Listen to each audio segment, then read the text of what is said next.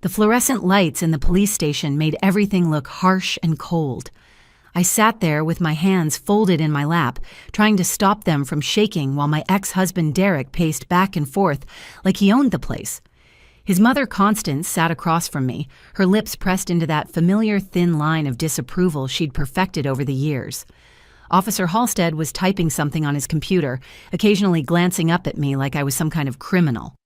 "She's lying about everything," Derek said for the third time, his voice carrying that fake concern he'd mastered during our divorce proceedings. "Check her bank records. You'll see she's been desperate for money, probably sold him to pay off her debts." My 7-year-old daughter Vera sat in the corner of the room on a plastic chair that was too big for her. She'd been so quiet that everyone seemed to have forgotten she was there. Her legs swung back and forth, not quite reaching the floor, and she held her favorite stuffed rabbit tight against her chest. Her eyes moved between all the adults in the room, watching, listening, understanding more than anyone gave her credit for. "I would never hurt my son," I said, my voice cracking despite my efforts to stay strong. "Jonah is only 3 years old. He's probably scared and confused, and we're wasting time sitting here while he's out there somewhere." "Or you know exactly where he is," Constance interjected, her voice dripping with accusation.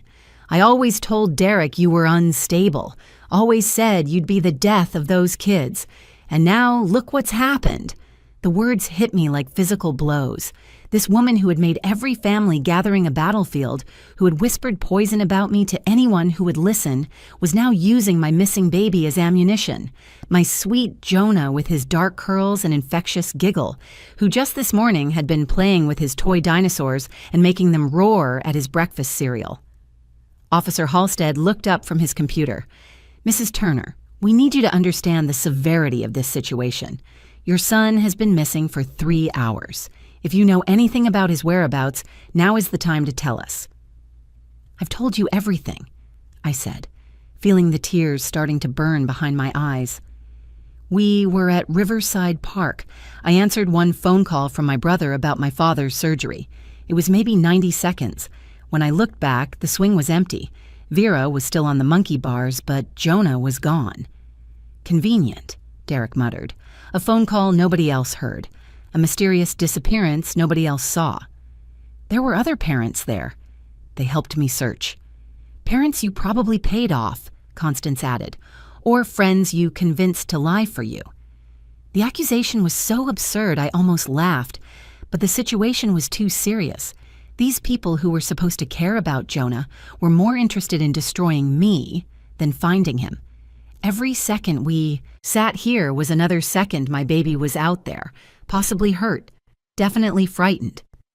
"Mr. Turner," Officer Halstead addressed Derek, "you filed an emergency custody petition yesterday claiming your ex-wife threatened to disappear with the children. Can you elaborate on that?" Derek's eyes lit up with satisfaction. "She's been unstable since the divorce, lost her job, behind on rent, desperate. She told me she'd rather see the kids gone than let me have them."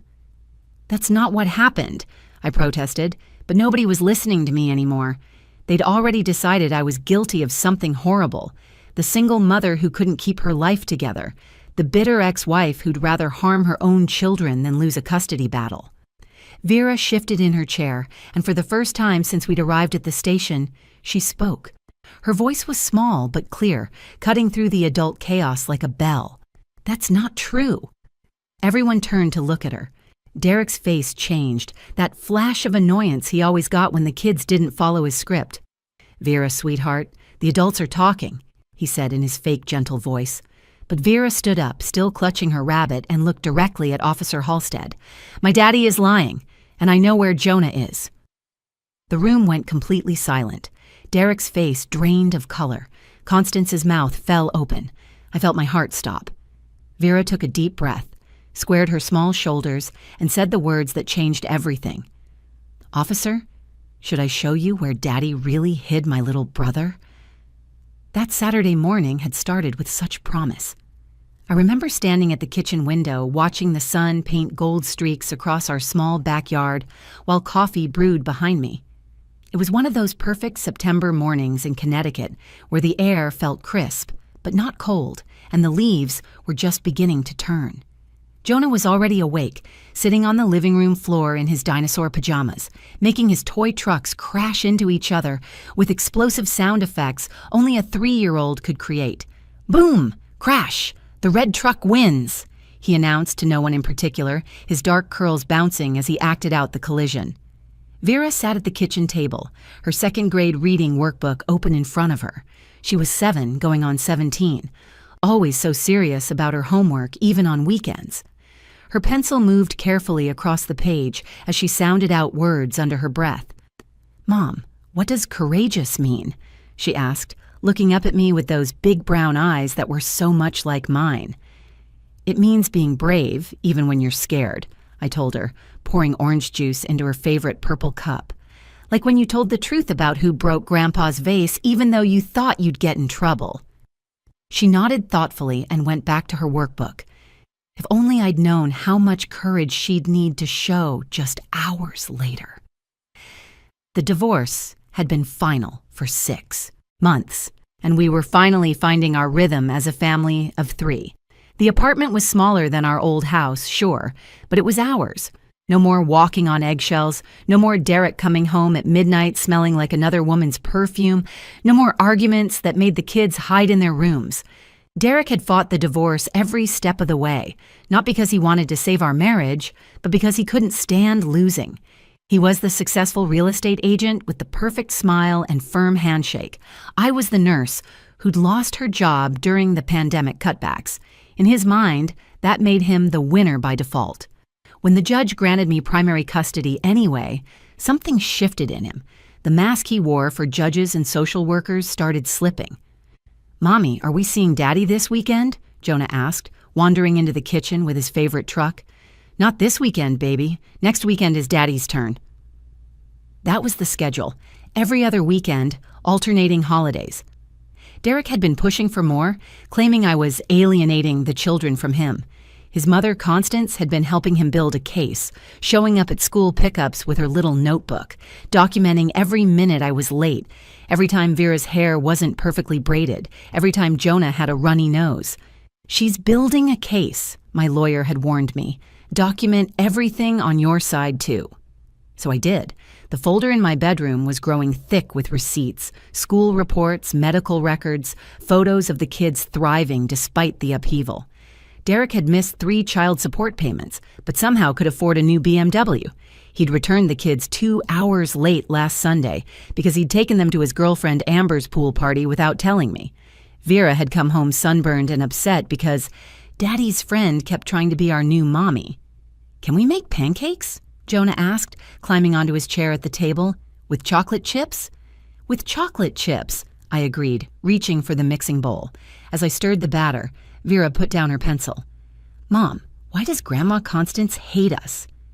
"She doesn't hate you, sweetheart." "She hates you, though.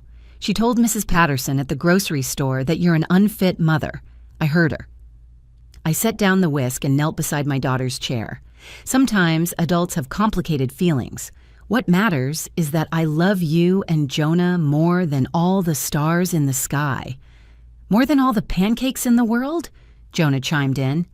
"Even more than that," I laughed, ruffling his hair. We ate breakfast together, Jonah getting syrup on everything within a 3-foot radius, Vera carefully cutting her pancakes into perfect squares. They were good kids, happy kids, despite everything. The court-appointed evaluator had even noted how well adjusted they seemed, how secure their attachment to me was. "Can we go to the park today?" Vera asked as she helped me clear the dishes. "Jonah wants to feed the ducks." "Of course. We'll go after lunch." Those normal, everyday moments feel like a lifetime ago now. If I could go back, would I do anything differently? Would I have skipped the park, ignored my brother's call, held Jonah's hand tighter? The what-ifs could drive you crazy if you let them. Riverside Park was crowded that afternoon, filled with families enjoying what might be one of the last warm Saturdays before fall really set in. The playground buzzed with children's laughter, parents chatting on benches, and the distant sound of dogs barking in the off-leash area. Jonah had been so excited when we arrived, practically vibrating out of his car seat as I unbuckled him. "Swings first! Swings first!" he chanted, pulling me toward his favorite spot. I lifted him into the toddler swing, the one with the high back and safety bar. His little hands gripped the chains as I pushed him gently, his giggles floating through the air with each arc.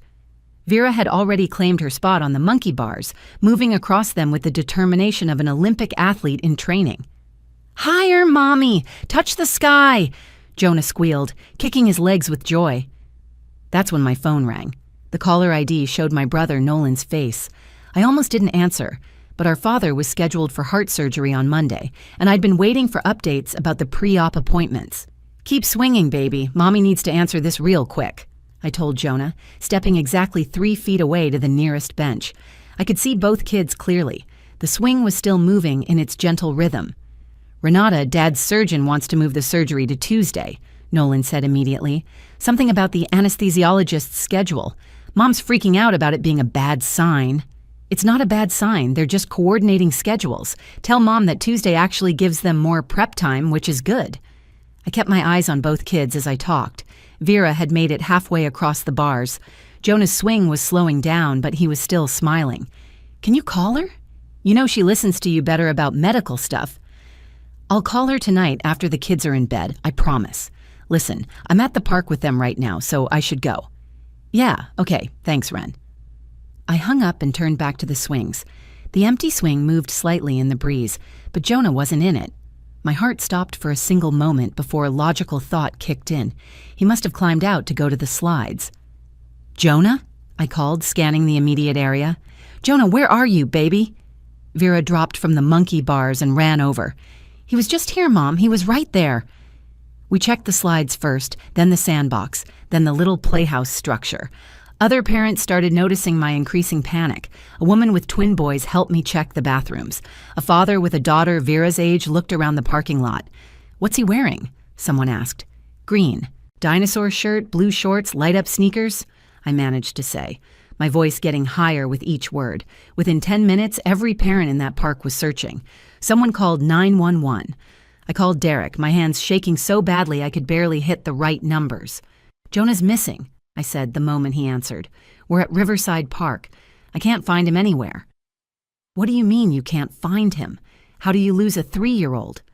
His voice was sharp, accusatory from the start. "Just get here, please." The police arrived in 12 minutes. It felt like 12 hours. Officer Halstead, a tall man with kind eyes that turned suspicious the moment Derek arrived and started talking. Derek had brought Constance with him, because of course he had. She emerged from his BMW like a vulture sensing carrion, her sharp face already set in an expression of grim satisfaction. "I knew something like this would happen," she announced to anyone within earshot. "I've been documenting her negligence for months. The children are never properly supervised." "I was 3 feet away," I protested, but Derek was already pulling Officer Halstead aside. "She's been unstable since the divorce," Derek said, loud enough for everyone to hear. "Lost her job, can't pay her bills. I filed for emergency custody yesterday because I was concerned about exactly this kind of thing happening." "You filed for custody yesterday?" I spun around to face him. "You never told me that." "Why would I tell you, so you could run off with them?" He turned back to Officer Halstead. "Check her phone records. Check her bank statements. She's been desperate for money. Probably sold him for drug money." "Drug money? Derek, you know I don't even drink anymore, let alone do drugs." Constance stepped forward, placing a hand on her son's shoulder in a show of support. "Officer, I've watched her deteriorate for months. She's vindictive, desperate, and now my grandson is missing. I always said she'd be the death of those kids. Looks like I was right." The interrogation room at the police station smelled like stale coffee and industrial disinfectant. They'd called it a voluntary interview room, but nothing about being there felt voluntary. Officer Halstead sat across from me with a yellow legal pad, writing down everything I said while occasionally glancing at Derek, who had positioned himself in the corner, like some kind of supervisory presence. Constance sat beside him, her notebook out, pen poised like a weapon. "Walk me through the phone call again," Officer Halstead said, his tone neutral but his eyes skeptical. "My brother Nolan called about my father's heart surgery. The call lasted maybe 90 seconds. I was standing by the bench, watching both children the entire time." "But you weren't watching them," Derek interrupted. "If you were watching, Jonah wouldn't be missing." "Mr. Turner, please let her answer," Officer Halstead said, though he made another note on his pad. Through the glass window of the interview room, I could see Vera in what they called the children's room, sitting at a small table with a social worker named Mrs. Chen. They'd given her crayons and paper, trying to keep her occupied while the adults sorted through this nightmare. She was drawing something with intense concentration, her tongue poking out slightly the way it always did when she focused. "Mrs. Turner," Officer Halstead continued, "your ex-husband has provided us with some concerning information. He says you threatened to disappear with the children." "That's not true. I would never say that." Derek pulled out his phone with theatrical precision. "I have it recorded. Listen for yourself." He pressed play, and my voice filled the room, distorted and choppy. "I can't let you take the children. Never see them again." My blood ran cold. I recognized those words, but not in that order. "That's edited. Those are pieces from different conversations. I said I couldn't let him take the children to Florida because I'd never see them again. He's planning to move there with his girlfriend." "She's lying," Constance said sharply. "She's always been manipulative. Ask anyone in the neighborhood. Ask the teachers at school. She's unhinged." "The teachers love me," I protested. "Mrs. Morrison just told me last week that Vera is thriving despite the divorce." "Because you probably bribed her," Constance shot back. Officer Halstead held up his hand for silence, then slid a document across the table. "This is the emergency custody petition Mr. Turner filed yesterday. It lists several incidents of alleged neglect, leaving the children unsupervised, being late for pickups, failure to provide adequate meals." Failure to provide adequate meals? I couldn't believe what I was reading. "Because I gave them McDonald's once after Jonah's doctor's appointment ran late." "Fast food is not proper nutrition," Constance interjected. "I raised Derek on home-cooked meals every single night. Your son missed 3 child support payments while buying a new BMW. The words burst out before I could stop them. Officer Halstead made another note. "Mrs. Turner, have you been experiencing financial difficulties?" "I'm a single mother. Money is tight, but my children have everything they need. Their teachers, their pediatrician, everyone will tell you they're well cared for." "Except right now, one of them is missing," Derek said coldly. I wanted to scream at him to help find our son instead of trying to destroy me. But I knew that would only make me look more unstable. Through the glass, I saw Vera suddenly stop coloring. She stood up and Mrs. Chen tried to redirect her back to the table, but Vera shook her head and walked toward the door. "I need to talk to my mom," I heard her say clearly through the thin walls. "Sweetie, the adults are having an important conversation right now," Mrs. Chen replied gently. "About my brother, and they're getting it wrong." The door opened, and Vera walked in with the determination I'd seen when she'd decided she was ready to ride her bike without training wheels. Mrs. Chen followed, looking apologetic. "I'm sorry," she insisted, Mrs. Chen said.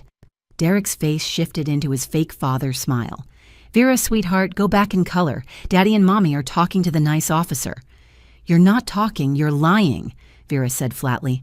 "That recording is fake. I was there for all those conversations. Mom said you couldn't take us to Florida. She said she couldn't let you take us away where she'd never see us again." The room went quiet. Officer Halstead leaned forward slightly, his interest clearly piqued. Derek's jaw tightened, a tell I recognized from years of marriage. He was calculating his next move. "Vera, you're confused," he said carefully. "You don't understand adult conversations." Vera turned to face Officer Halstead directly, her small frame straight and confident. "I understand everything, and I know something else too, something about where Jonah really is." Vera stood in the center of that interrogation room like a tiny warrior facing down an army. Her eyes moved from Officer Halstead to Derek, then back again. She still held the picture she'd been drawing, and I could see now it was a map of some kind, drawn in purple and green crayon. "What do you know about your brother, Vera?" Officer Halstead asked gently, pulling out a chair for her. She didn't sit. Instead, she placed her drawing on the table and pointed to it. "Yesterday, when Daddy picked us up for his visit, he told Jonah they were going to play a special game, a hiding game, for today." Derek shot to his feet. "She's making things up. Kids have wild imaginations when they're stressed." "Let her speak," Officer Halstead said firmly. Vera continued, her voice steady and clear. Daddy said it was like a treasure hunt. He told Jonah that when we went to the park today, he should wait until Mommy wasn't looking, then run to the parking lot where Uncle Mason would be waiting in his truck. Uncle Mason would take him to the cabin by the lake for a special surprise. That's absurd, Constance sputtered. A 3-year-old couldn't remember such complicated instructions. Daddy made him practice, Vera said simply. 3 times in the backyard. He gave Jonah a candy bar each time he did it right. Run to the fence, pretend it's Uncle Mason's truck, get in fast. Jonah was really good at it. My heart was pounding so hard I thought it might burst. Mason's cabin? The one where you took them fishing last month? Derek's face had gone from red to white. She's confused. Maybe she had a dream. It's not a dream, Vera insisted. She turned to Officer Halstead. Jonah is at the cabin with Miss Amber, Daddy's girlfriend. She was supposed to watch him until Monday, then Daddy would find him and be the hero. He explained it all to Grandma Constance on the phone. I was sitting on the stairs listening. You little liar! Constance stood up, her notebook falling to the floor. How dare you make up such stories? But Vera wasn't finished. Grandma said once everyone thought Mommy lost Jonah or hurt him, the judge would give Daddy both of us.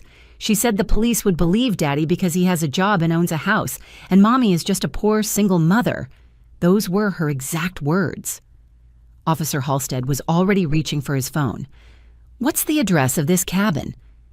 I don't know the address, I said desperately. Derek never told me exactly where it was. 1847 Lakeshore Road, Vera recited. I remembered it because 1847 is the year they founded our town. We learned that in social studies. Officer Halstead spoke rapidly into his phone, dispatching units to the location. Derek grabbed his phone, frantically typing something, but Officer Halstead took it from his hand. I'll need to hold on to this for now, he said calmly. You can't just believe a 7-year-old's fantasy. Derek's controlled facade was cracking. She's been coached. Renata probably told her to say all this. I didn't know anything about this, I said, my voice shaking. Vera, how long have you known? Since yesterday, but I thought maybe Daddy would change his mind. I thought maybe he'd realize it was mean. She looked at Derek with disappointment that broke my heart. But at the park when Jonah disappeared and you started blaming Mommy, I knew you weren't going to stop. 20 agonizing minutes passed. Officer Halstead's phone finally rang. He listened, his expression shifting from skeptical to shocked to grim satisfaction. They found him, he announced. 3-year-old boy matching Jonah's description at the cabin. There's a woman there, Amber Fitzgerald, who says Derek Turner asked her to babysit for the weekend. She had no idea the child was reported missing. I collapsed back in my chair, tears streaming down my face. He's okay. Jonah's okay. He's fine. Officers say he's eating ice cream and watching cartoons. They're bringing him back now. Derek stood up, trying one last desperate play. This is a misunderstanding. I was just trying to give Renata a break. She's been so stressed. I thought if she had some time alone this weekend, she'd feel better. Then why didn't you tell anyone? Officer Halstead asked. Why let everyone search? Why accuse her of selling him for drug money? I was in shock. I panicked. Vera picked up Constance's fallen notebook from the floor and handed it to Officer Halstead. Page 47. She wrote down the whole plan yesterday. She even wrote about what to tell the police to make them think Mommy was a bad person. Constance lunged for the notebook, but Officer Halstead was faster. He flipped through it, his eyebrows rising with each page. Mr. Turner, Mrs. Turner Sr., you're both under arrest for filing a false report, custodial interference, and conspiracy to commit fraud. This is insane, Derek shouted as they handcuffed him. I want my lawyer. That notebook proves nothing. Amber will tell you I just asked her to babysit. But the notebook told a different story, and everyone in that room knew it. The moment they brought Jonah through those police station doors, the rest of the world disappeared. His face was sticky with chocolate ice cream, his dinosaur shirt stained with what looked like juice. But he was smiling, and completely unaware of the chaos he'd been at the center of. He saw me and broke free from the officer's hand, running straight into my arms. Mommy, I went on adventure. Miss Amber has 5 cats and she let me name them all Dinosaur. I held him so tight he squeaked, breathing in his little boy smell of graham crackers and apple juice. Over his head, I watched as they led Derek and Constance to separate police cars. Derek kept shouting about lawyers and misunderstandings. But Constance had gone silent, her face a mask of disbelief that her perfect plan had been unraveled by a 7-year-old. Vera stood beside us, and I pulled her into our hug. "You saved your brother," I whispered into her hair. "You saved us all." "I just told the truth," she said simply, but I could feel her trembling now that the adrenaline was wearing off. 3 months later, we sat in family court for what the judge assured us would be the final custody hearing. Derek's lawyer had tried every angle, claiming entrapment, coercion, temporary insanity brought on by divorce stress. But the evidence was overwhelming. Constance's notebook contained dated entries going back 6 months, documenting their plan to frame me as an unfit mother. Text messages between Derek and Mason showed the cabin plot being organized weeks in advance. Amber Fitzgerald testified that Derek had told her I'd agreed to let him have an extra weekend with the kids. "Mr. Turner," the judge said, looking over her glasses at Derek, "you orchestrated an elaborate scheme to traumatize your children and destroy their mother's reputation, all to win a custody battle. Your 7-year-old daughter showed more integrity in that police station than you've shown throughout these entire proceedings.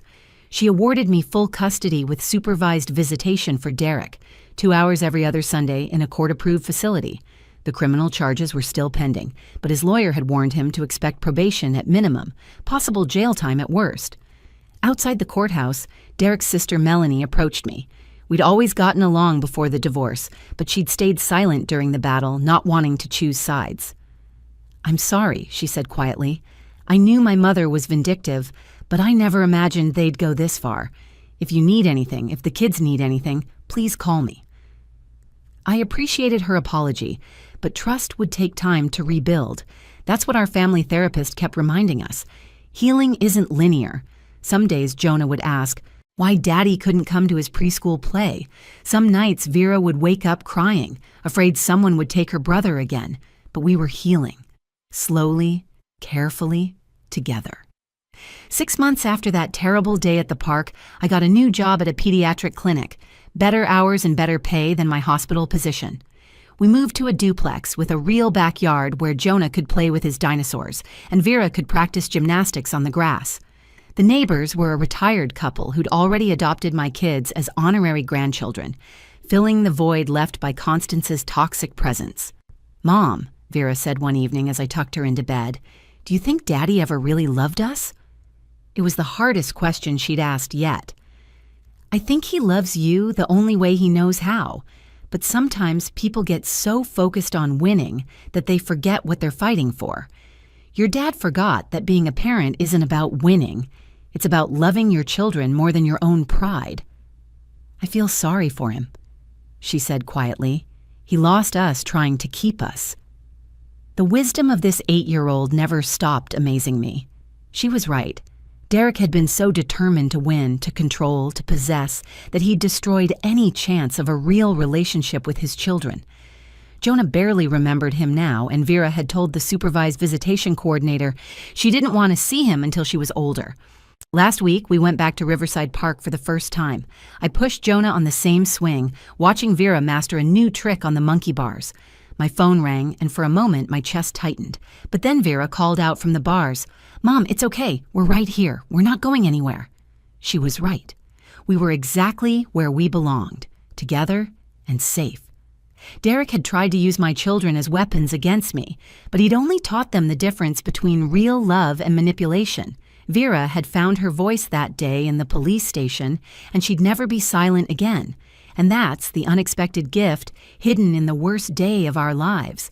My daughter learned that truth is more powerful than lies, that courage matters more than intimidation, and that sometimes the smallest voice in the room can bring down the loudest. If you found this story compelling, please share it with others who might need to hear it. Leave a comment about your own experiences with finding courage in difficult situations. And don't forget to subscribe to the channel for more powerful, true stories of resilience and triumph.